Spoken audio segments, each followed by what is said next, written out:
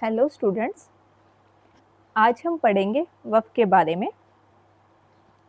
ये आपका मुस्लिम लॉ की जो हमने लेक्चर सीरीज स्टार्ट कर रखी है उसका नेक्स्ट लेक्चर है। ठीक है, अभी तक हमने देखा मुस्लिम लॉ में हमने कवर किए आपके सोर्सेस। क्या सोर्स है मुस्लिम लॉ के? Schools, marriage, divorce, maintenance, gift.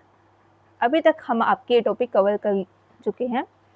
अगर आपने ये लेक्चर नहीं देखे हैं तो आप मेरे चैनल पे प्लेलिस्ट में जाके इन्हें देख सकते हैं। अभी तक चैनल सब्सक्राइब नहीं किया है तो चैनल सब्सक्राइब कर लीजिए। वीडियो पसंद आती है तो इसको लाइक एंड शेयर कीजिए। कोई भी अगर डाउट है आपके तो कमेंट सेक्शन में आप मेरे से डाउट ले सकते हैं। इस क्लास की पीडीएफ आपको कहाँ मिलेगी?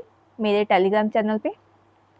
और अगर आपको मुझसे कॉन्टैक्ट करना है, ठीक है, किसी कोर्स के बारे में आपको पूछना है, कोई कॉन्टैक्ट करना है अगर आपको मुझसे, तो आपको व्हाट्सएप ग्रुप का लिंक आपको दिया हुआ है, ठीक है, डिस्क्रिप्शन में। वहाँ जाके आप ग्रुप में ऐड हो सकते हैं। कोई डाउट है, कोई क्लास के बारे में पूछना है तो आप पूछ सकते हैं वहाँ पे। स्टार्ट करते हैं टॉपिक। आज का टॉपिक है वक्फ। वक्फ क्या होता है? अगर हम जनरल टर्म में कहें वक्फ का मतलब क्या है? वक्फ एक आपकी ऐसी प्रॉपर्टी है, ठीक है, वक्फ आपकी ऐसी प्रॉपर्टी है जिसको आपने क्या किया है? ट्रांसफ़र किया है।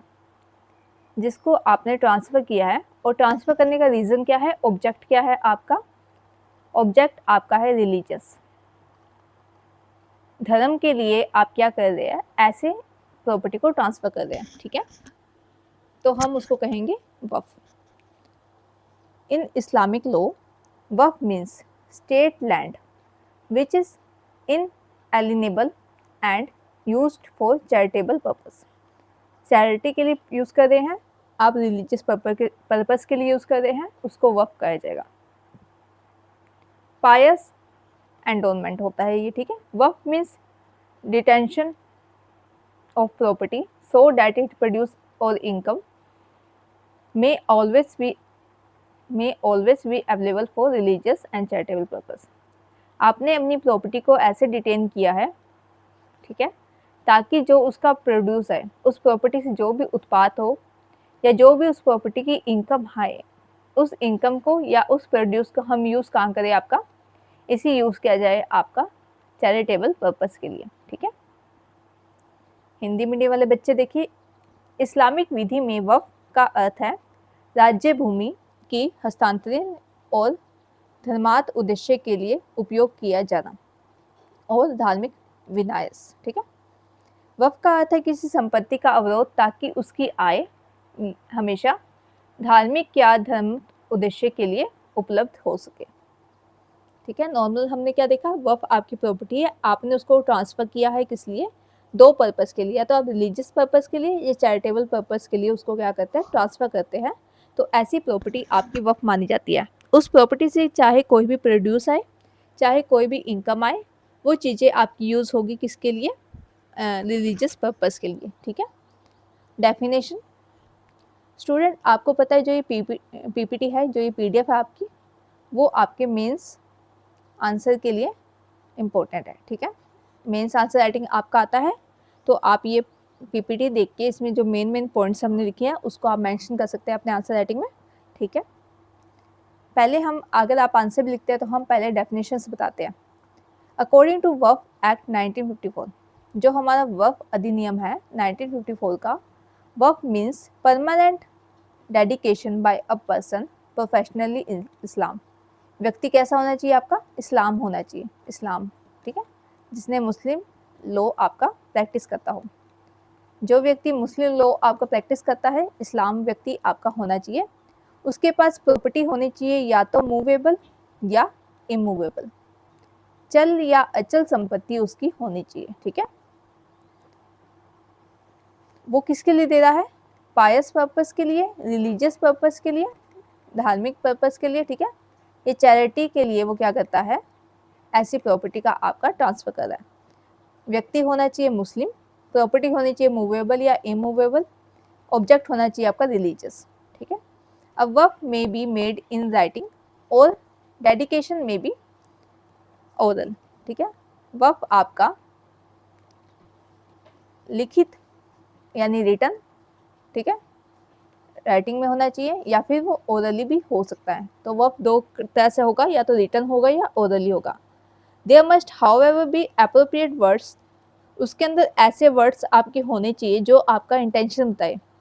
ऐसे वर्ड्स का आपने यूज़ किया होना चाहिए जो आपका इंटेंशन बताए कि प्रॉपर्टी आप किस लिए ट्रांसफ़र कर रहे हैं, ठीक है।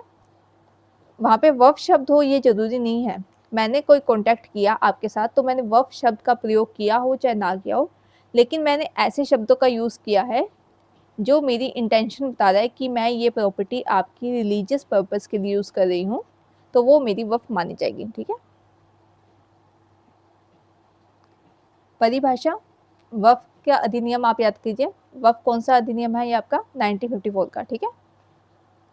ओके, मुस्लिम विधि से होता है ये, और मुस्लिम कहते हैं चल या अचल संपत्ति उसकी होती है, और पर्पस उसका होता है धार्मिक। लिखित हो सकता है, मौखिक हो सकता है। फिर है असेंशियल ऑफ वक्फ। वक्फ के लिए क्या क्या चीज़ें इंपॉर्टेंट है, क्या रिक्वायरमेंट्स है आपकी, क्या रिक्वायरमेंट्स है, क्या असेंशियल्स है आपके वक्फ के लिए, ठीक है। पहला, परपेचुअलिटी। एक बार अगर आपने वक्फ प्रॉपर्टी दे दी है, वक्फ प्रॉपर्टी अगर आपने दे दी है तो वो वक्फ प्रॉपर्टी आपने हमेशा के लिए दी है, ठीक है। हमेशा के लिए आपने वो प्रॉपर्टी दी है, ओके, लाइफ टाइम के लिए या फिर इनडेफिनेट पीरियड के लिए। कोई पीरियड फिक्स नहीं करते, आप उसको परमानेंटली वो प्रॉपर्टी आपकी दे दी जाती है रिलीजियस पर्पस के लिए, ठीक है।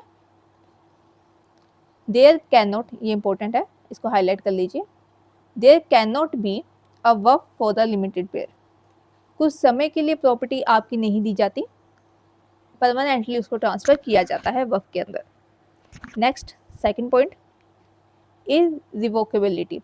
एक बार अगर आपने वक्फ प्रॉपर्टी दे दी है तो उसको रद्द नहीं किया जाएगा, ठीक है, नहीं किया जाएगा। एक बार वक्फ दे दिया है, ट्रांसफर कर दी प्रॉपर्टी आपको, तो वो इररिवोकेबल है, उसको रद्द नहीं किया जाता। ऐसा मान लिया जाता है कि वो प्रॉपर्टी आपने भगवान को दे दी, वेस्टेड इन गोल्ड, भगवान को दे दी है, ठीक है। थर्ड है इनएलिजिबिलिटी। जैसे मैंने ये प्रॉपर्टी दी ये मेरी प्रॉपर्टी थी, ठीक है, ये मैंने किसी और बोर्ड को दे दी, वक्फ बोर्ड को मैंने ये प्रॉपर्टी आपकी दे दी, तो वक्फ बोर्ड अब इसको आगे ट्रांसफ़र नहीं कर सकता है, ठीक है। वक्फ बोर्ड इसको ट्रांसफ़र नहीं कर सकता है। हम कुछ लिमिटेड उसको क्या देते हैं, ओनरशिप आपकी देते हैं, ये आगे ट्रांसफ़र नहीं कर सकता। वक्फ property can not be sold, transfer और एनकम्बर्ड, मतलब इस पे लोन भी नहीं ले सकते हैं आप, इस पे लोन भी नहीं ले सकते, ना ही इसको ट्रांसफ़र कर सकते हैं, ठीक है। कब तक नहीं किया जा सकता, दोबारा से इसको हाईलाइट कर लीजिए।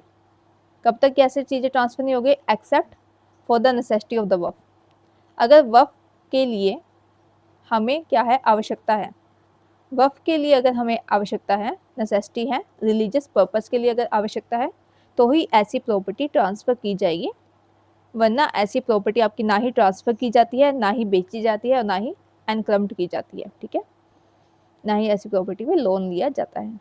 हिंदी मीडियम वाले बच्चे 2 मिनट वीडियो पॉज करके देख लीजिए, ओके। अनिश्चित काल के लिए हाईलाइट कर देती हूँ मैं, अनिश्चित काल के लिए, ठीक है। सेकंड, वक्फ को रद्द नहीं किया जाएगा। थर्ड, उसका ना बेचा जाता है, ना हस्तांतरित और ना ही विलंबित किया जाता है, ओके। नेक्स्ट है आपका पॉइंट एब्सोल्यूटनेस।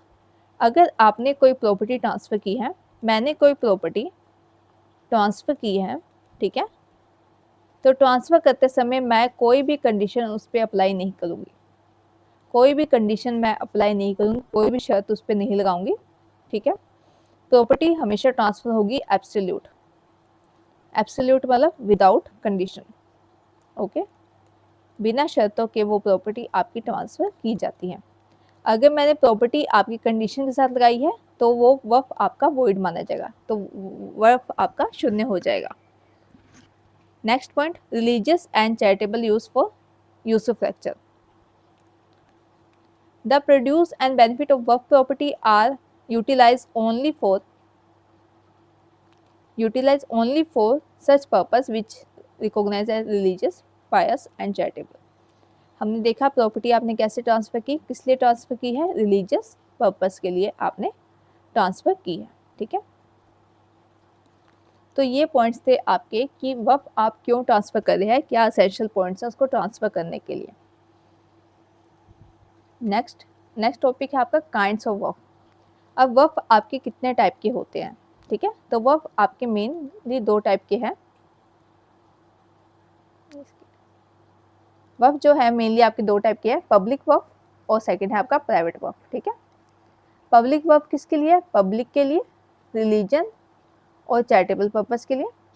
ठीक है, हमने देखा कि जो आपका आम जनता के लिए यानी सार्वजनिक वक़्फ़ जो है वो सार्वजनिक सबके लिए है। कोई भी व्यक्ति आपका उस प्रॉपर्टी में आकर स्टे कर सकता है अगर वो आपका धर्मशाला के रूप में बना हुआ है। हमने वक़्फ़ प्रॉपर्टी आपकी धर्मशाला के रूप में बनाई है तो कोई भी व्यक्ति आके वहाँ पे रुक सकता है, तो वो हो गया सार्वजनिक। ठीक है, फिर है निजी वक़्फ़। इसकी परिभाषा पढ़े, यह आदिवासी के परिवार जिसने प्रॉपर्टी ट्रांसफ़र किया है उसने सिर्फ अपने परिवार वालों को अधिकार दिया है वहाँ पे रुकने के लिए। ठीक है, और वंशजों के लिए है तथा इससे तकनीकी रूप से वक़्फ़ अल औलाद कहा जाता है। ठीक है, एक व्यक्ति ने क्या किया, ए ने अपनी प्रॉपर्टी दी वक्फ बोर्ड को। वक्फ बोर्ड को कैसे प्रॉपर्टी दी उन्होंने कि ये प्रॉपर्टी मैं आपको रिलीजियस पर्पस के लिए दे रहा हूँ कि अगर आपके कोई भी रिलीजियस सेरेमनीज हो, कोई भी आपका यहाँ पे मतलब कि कोई भी जमाव हो, लोग आके इकट्ठा हो या कोई भी आपका रिलीजियस सेरेमनीज कराई जाए तो उस प्रॉपर्टी में जो प्रॉपर्टी है, इस प्रॉपर्टी में कोई भी व्यक्ति क्या कर सकता है, स्टे कर सकता है। ठीक है, कोई भी व्यक्ति स्टे कर सकता है। तो ये क्या हो गया, ये हो गया आपका पब्लिक वक़्फ़। ठीक है, पब्लिक वक़्फ़ हो गया कि आपने आम जनता के लिए अपनी अपनी प्रॉपर्टी ट्रांसफ़र कर दिया है आम जनता के लिए। ठीक है, ये तो हो गया आपका पब्लिक वक़्फ़। रिलीजियस सेरेमनी हुई, ठीक है, प्रॉपर्टी में आपने कहा कि कोई भी व्यक्ति आके स्टे कर सकता है, तो ये हो गया पब्लिक वक़्फ़। फिर है सेकंड पॉइंट आपका प्राइवेट वक़्फ़। प्राइवेट वक़्फ़ में क्या हुआ, ए व्यक्ति ने अपनी प्रॉपर्टी वक्फ बोर्ड को दी। ठीक है, वक्फ बोर्ड को दी और ये कहा कि जब आपके यहाँ पे रिलीजियस सेरेमनी हो, ठीक है, तो जो भी प्रॉपर्टी मैंने आपको दी है, उस प्रॉपर्टी में से जो 2 कमरे हैं, ठीक है, मैंने पर्टिकुलर बता दिया कि ये जो 2 कमरे हैं, सिर्फ जो 2 कमरे हैं वो मेरी फैमिली के लिए आप रख देना। ठीक है, मेरे फैमिली मेंबर्स के लिए 2 कमरे आप रख देना, इसमें मेरी फैमिली मेंबर्स आके स्टे करेंगे। तो जो प्रॉपर्टी का ये हिस्सा होगा, ये 2 कमरों वाला हिस्सा है, ये फिर आपका निजी वक़्फ़ माना जाएगा। ठीक है, क्योंकि ये किसी परिवार के लिए या किसी वंशजों के लिए उन्होंने क्या कर दिया, रख दिया है। इसको क्या कहा जाता है, आपका वक़्फ़ अल औलाद। ठीक है, वक़्फ़ अल औलाद।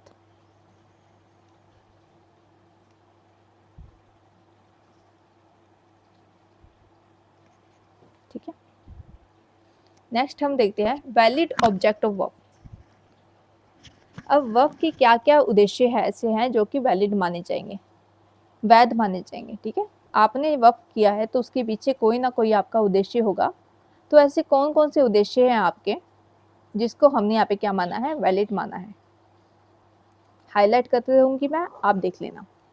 मॉस्क्यू एंड प्रोविजंस फॉर इमाम टू कंडक्ट वर्शिप, किसके लिए, वर्शिप करने के लिए। ठीक है, आप वहाँ पे जाके पूजा पाठ कर सकते हैं, वर्शिप कर सकते हैं। मस्जिद या इमाम के लिए इबादत के संचालक। ठीक है, इबादत के लिए पहला पॉइंट आ गया। सेकंड है celebrating the birth of Ali Murtaza. अगर आपने अली मुस्तज़ा का बर्थ सेलिब्रेट करने के लिए प्रॉपर्टी दी है तो वो भी आपका वैलिड ऑब्जेक्ट माना जाएगा, अली मुतज्जा के जन्म का ठीक है, जश्न। थर्ड है रिपेयर ऑफ इमामबाड़ास, जो आपके इमामबाड़ास होते हैं उनकी रिपेयर के लिए, ठीक है, इमामबाड़ास की मरम्मत के लिए, इमाम बाड़ों की मरम्मत के लिए। नेक्स्ट है आपका खानकाहों का रख रखाव, ठीक है, maintenance of khanqah, reading the Quran in public place and also in private house, इनके लिए भी अगर आपने प्रॉपर्टी ट्रांसफर की है तो वो क्या होगा, ऑब्जेक्ट आपका वैलिड माना जाएगा। मेंटेनेंस ऑफ पुअर, ये इंपॉर्टेंट है, maintenance of poor relations and dependents, इसके लिए प्रॉपर्टी ट्रांसफर कर रहे हैं आप तो भी खराब संबंधों और आश्रितों का भरण पोषण करने के लिए अगर आप प्रॉपर्टी ट्रांसफर कर रहे हैं तो वो भी आपका उद्देश्य इसका माना जाएगा। फकीरों को धन का भुगतान, एक ईदगाह को अनुदान, कॉलेज को अनुदान और प्रोफेसर को कॉलेज में पढ़ाने का प्रावधान, पुलों और कारवा सराय, payment of money to fakirs, grant to an Idgah, college and provisions of professors, bridges and caravan sarais, ठीक है। तो ये आपकी क्या है, वैलिड ऑब्जेक्ट है। कुछ और ऑब्जेक्ट आप देख लीजिए, distribution of arms to poor person, गरीबों में खिराक बांटना, ठीक है, या फिर जो पुअर है जो आपके मक्का की यात्रा नहीं कर सकते हैं, मक्का की तीर्थ यात्रा नहीं कर सकते हैं, तो उनके लिए क्या करना, आपने अरेंजमेंट्स करके देना। Keep the जाइज and Muharram, camel for provision for camels for religious possessions during Muharram, celebrating the death anniversary, ठीक है, performance of ceremony known as Qadam Sharif, कोबार्ट of free boarding house of pilgrims of Mecca, annual Fateha, ये सारे points आपके क्या है, objects आपके कैसे हैं, वैलिड ऑब्जेक्ट्स माने जाएंगे, किसके लिए, वक्फ प्रॉपर्टी के लिए, ठीक है। फिर आप देखिए यहाँ पे कुछ ऐसे ऑब्जेक्ट्स हैं जिनको आपका हमने क्या नहीं माना है, not recognized as valid object, इनको हमने आपका वैध उद्देश्य नहीं माना है, ठीक है, ये अवैध उद्देश्य आपके हैं। पहला क्या है कि आपने क्या किया, इरेक्टिंग और मेंटेनेंस ऑफ चर्च और टेम्पल, मंदिर या फिर आपकी चर्चेस का आप क्या करा रहे हैं, मेंटेनेंस कराने के लिए आप दे रहे हैं तो ये नहीं माना जाएगा। अब वर्क फॉर रिपेयर ऑफ वफीफ secular property is an invalid, ठीक है, according to Shia law. Provision for the rich, ये भी नहीं। Object with maintain which are uncertain, अगर ऑब्जेक्ट आपके अनसर्टेन है तो नहीं माना जाएगा। आप ये प्रॉपर्टी सिर्फ अमीरों के लिए दे रहे हैं तो ये नहीं होगा, ठीक है। Addiction to spend a certain money for the, इसको क्या बोलेंगे हिंदी वाले में, देखते हैं इसको क्या लिखा हुआ है, कच्ची मेमन, ठीक है, मेमन, इसके लिए दे रहे हैं तो भी नहीं होगा। Every on the anniversaries of the settlers death is not valid, ठीक है। तो ये कुछ पॉइंट्स आपके जिसके ये ऑब्जेक्ट आपके इनवैलिड माने जाते हैं। क्रिएशन ऑफ वक्फ, अब ये इंपॉर्टेंट पॉइंट आता है आपका, ये इंपॉर्टेंट कंसेप्ट है आपका कि वक्फ का जो क्रिएशन है आपका क्यों किया गया है, कैसे करते हैं हम वक्फ का क्रिएशन, वक्फ आप कैसे बना सकते हैं। तो देखिए, मुस्लिम law does not prescribe any specific way, Muslim law में आपका कोई स्पेसिफिक वे नहीं बताया हुआ है वक्फ बनाने का, ठीक है, कोई स्पेसिफिक वे नहीं है वक्फ कैसे बनाया जाएगा। वक्फ आप बना सकते हैं इन वेज में, जो हमने नीचे पॉइंट्स लिखे हैं इसमें आप क्या कर सकते हैं, वक्फ बना सकते हैं।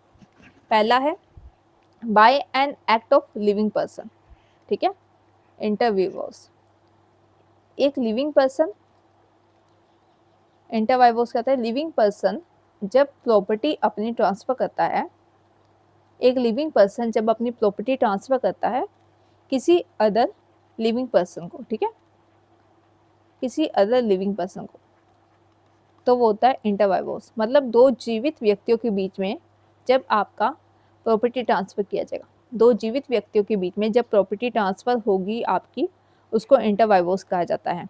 इसके अंदर क्या है कि कोई भी व्यक्ति जब अपने डेड बेड पे मर्ज उल मौत, ठीक है, उसे पता है कि कुछ टाइम में उसकी डेथ हो जाएगी, वो अपने डेथ बेड पे है, उसे पता है कुछ टाइम में उसकी डेथ हो जाएगी, तो उस दौरान वो अपनी प्रॉपर्टी को क्या कर सकता है, ट्रांसफ़र कर सकता है। ठीक है, वो अपनी प्रॉपर्टी को ट्रांसफ़र कर सकता है।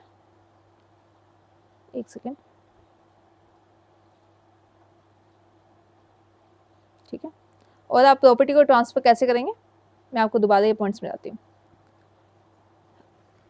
क्या हुआ इसमें, एक लिविंग पर्सन, ठीक है, एक लिविंग पर्सन, जीवित व्यक्ति अपनी प्रॉपर्टी ट्रांसफ़र कर रहा है, अपनी प्रॉपर्टी ट्रांसफ़र करता है किसी और लिविंग पर्सन को, अदर लिविंग पर्सन को। ठीक है, एक लिविंग पर्सन अपनी प्रॉपर्टी ट्रांसफ़र करता है किसी अनदर लिविंग पर्सन को, इसको कहते हैं हम इंटरवाइवोस। प्रॉपर्टी कब ट्रांसफ़र करता है वो, जब वो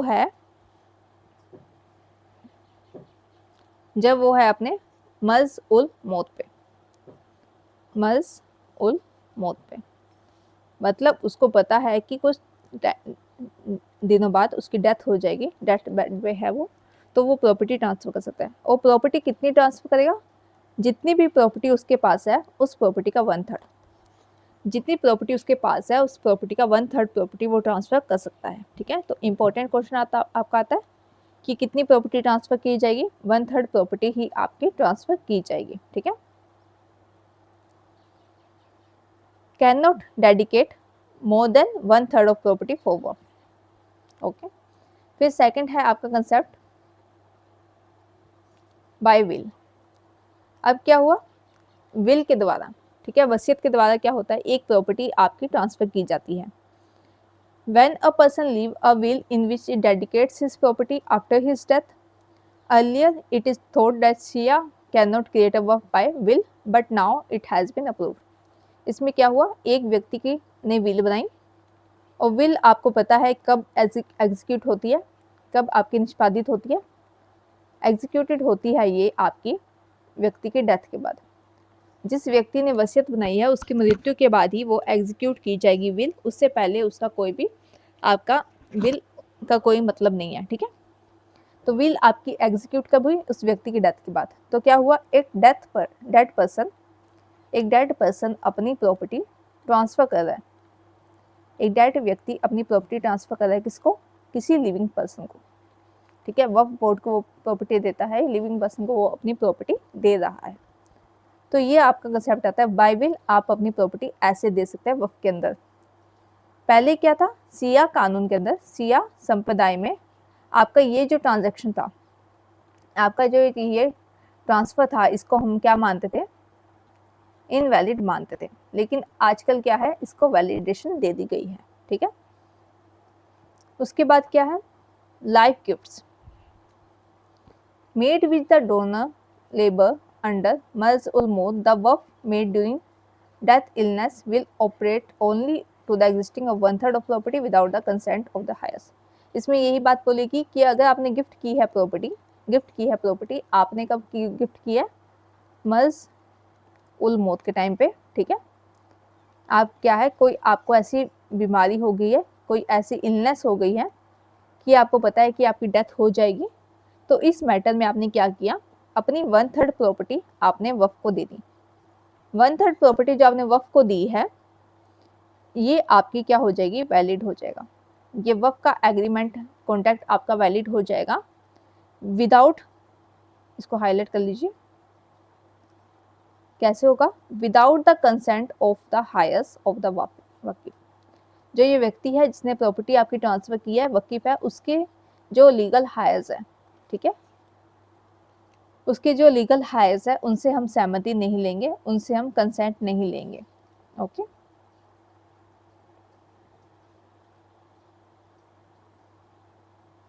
जो उसके उत्तराधिकारी हैं, उत्तराधिकारी की सहमति के बिना क्या किया जाएगा, ऐसी संपत्ति का 1/3 हिस्सा ही ट्रांसफर किया जाता है।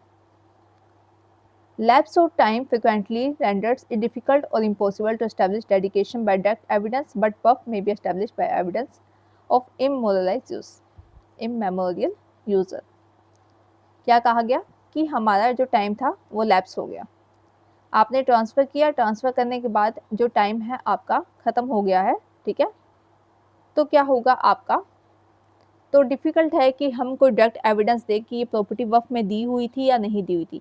इस बात का अब एविडेंस देना, डायरेक्ट एविडेंस देना डिफ़िकल्ट हो गया है क्योंकि बहुत समय बीत चुका है इसलिए। तो क्या होगा, बट वक़्फ़ में be established by evidence of immemorial users, ठीक है। तो जिस व्यक्ति ने उसको क्या किया है, ट्रांसफ़र किया है, लेकिन वक़्फ़ को प्राचीन उपयोगकर्ता के साक्ष्य द्वारा स्थापित किया जा सकता है। ओके, कि जिसने उस प्रॉपर्टी को पहले यूज़ किया था वो ये बता सकता है कि हाँ, ये प्रॉपर्टी हमने वक़्फ़ में दे दी थी। तो डायरेक्ट साक्ष्य आपको नहीं मिला है, डायरेक्ट एविडेंस आपको नहीं मिल रहा है क्योंकि टाइम बहुत बीत चुका है।